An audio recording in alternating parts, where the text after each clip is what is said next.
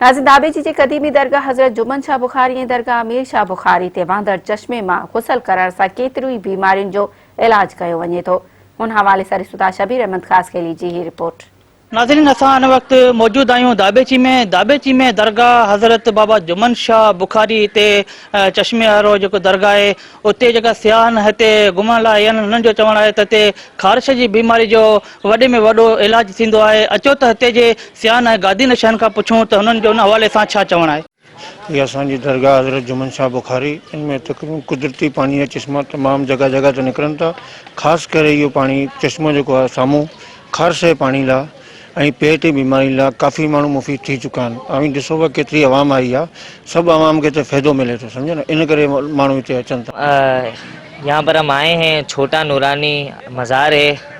तकरीबन हम कराची से काफ़ी सफ़र कर कर यहाँ पर पहुँचे हैं और यहाँ पर ये जो मज़ार हैं साहिब मज़ार, इनकी एक बड़ी ख़ासियत है कि यहाँ पर जो ये चश्मे का पानी आप देख रहे हैं, यहाँ पर झील बनी हुई है और यहाँ से भी बहता हुआ ये आगे से आ रहा है। तो कहा जाता है कि यहाँ पर इस पानी में ख़ारिश की बीमारी का इलाज है।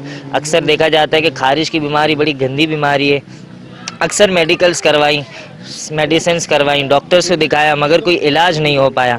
मगर यहाँ पर आके लोगों ने यहाँ पर आप देख सकते हैं गुसल खाना बना हुआ है और इस पानी से सैराब हुए, इन्हें पिया और इस पानी से नहाकर उन्होंने जब फ़ायदा देखा कि मुकम्मल ख़ारिश का जो है ना ख़ात्मा हो चुका है। और अभी हम जहाँ खड़े हुए हैं वो सैयद मीर शाह की कैटेगरी है, मतलब एक टेरिटरी है जहाँ पे स्पेशली तौर पे यहाँ पे हम देखने आए चश्मा, जो कि अल्लाह पाक ने अपने बंदों की बरकत से यहाँ पे चश्मा एक यहाँ पे जारी सारी रखा हुआ है। और हम भी यहाँ पे फर्स्ट टाइम आए, हमने भी बहुत लोगों से सुना था यहाँ के बारे में, तो हमें तो बड़ा साफ़ और शफाफ पानी है यहाँ पे, पीने के लायक पानी है, यहाँ पे बंदा नहा भी सकता है। और ख़ास तौर पे इस चश्मे की, इस पानी की खुसूसियत हमने ये सुनी है कि यहाँ पे जो ख़ारिश के मर्ज़ में मुब्तला होते हैं लोग, वो अगर इस पानी से 1 या 2 बार गुस्ल कर लें। और यहाँ पे एक बात और बता दूँ कि यहाँ पे बाकायदा तौर पे है कि गुस्ल करने का एक लेडीज़ का अलग एहतमाम है और जेंट्स का अलग एहतमाम हुआ है। तो कोई भी, किसी को भी, छोटा बड़ा बच्चा जो भी है, अगर किसी को किसी किस्म की ख़ारिश है और अगर वो मेडिसिन वगैरह से या किसी ट्रीटमेंट से सही नहीं हो पा रहा, तो एक बार यहाँ पे आके ख़ुद गुस्ल भी कर ले, नहा ले और आज़मा भी ले, तो इंशाअल्लाह अल्लाह पाक शिफ़ा देने वाला है। अल्लाह पाक अपने नेक बंदों के तवस्सुस से लोगों को शिफा देता है, वसीला बनाता है। रहमान रहीम, अल्हम्दुलिल्लाह रब्बिल आलमीन। या रब्बिल आलमीन जे तरफ़ां हिते जेके बि अचनि था सुवाली, उन सुवालनि जा सुवाल पूरा थियनि था, ग़रीबनि जूं मुश्किलातूं हल थियनि थियूं।